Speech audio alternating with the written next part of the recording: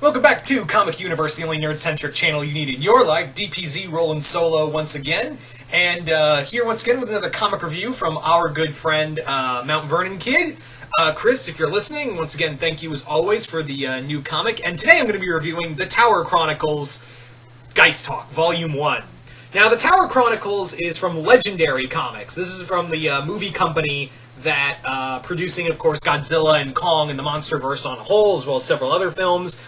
This is written by Matt Wagner and artwork by Simon Beasley. Two heavy hitters in the industry came together to do this because anything done by Legendary is going to be tried to be made into a movie and be like, oh look, it was a movie, or you know, that whole chestnut. But the Tower Chronicles are these short little one and done, like $8 comics that are miniature graphic novels that are pretty much follow the story of John Tower, who is a mercenary. But his prey is a little different. His clientele is the paranormal. And in here, we follow the story of John Tower as he goes on separate adventures, hunting supernatural enemies, as well as, you know, follow an FBI agent, Agent Hardwick, who has asked John Tower to assist in her hunt for a serial killer who turns out to be a vampire.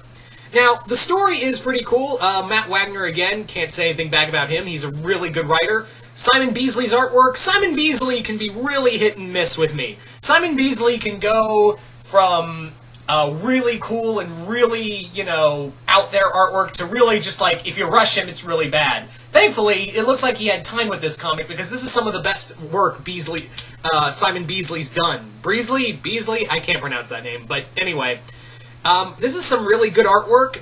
It's split into technically three different stories. The first one is a little prologue of John Tower and him hunting his prey, I'm not going to spoil what it is, but it's really cool. The next story follows a Russian mobster who hires John to hunt for a man who he believes to be dead or not. And how that plays out is really cool. And finally, like I said, follows the FBI agent getting Tower to help her hunt a serial killer who turns out to be a vampire.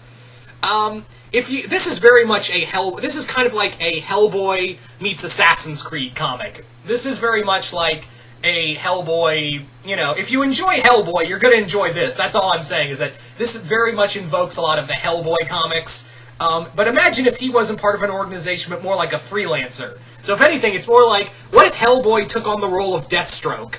That's what we're looking at here, people. That is pretty much the comic on a whole. John Tower is a man of a lot of mystery, and the storyline of Geisthawk is actually split up into 4 volumes. This is the first one, and the other 3 are still out there. I think they're all out by now. I'm not sure, but I know, like, the first story arc, Geisthawk, is split into 4 volumes, and then it moved on to another storyline. It's kind of interesting to see this kind of comic put out. Like, it's an $8 comic, but it's treated like a graphic novel.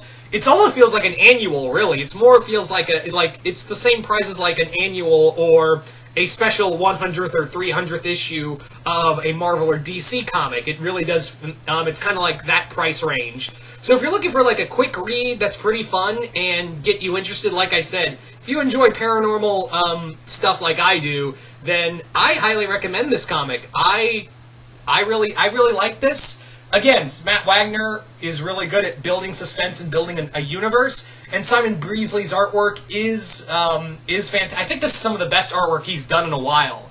I think this is some of the best work Simon Beasley's done for the longest time, because everything in here looks great.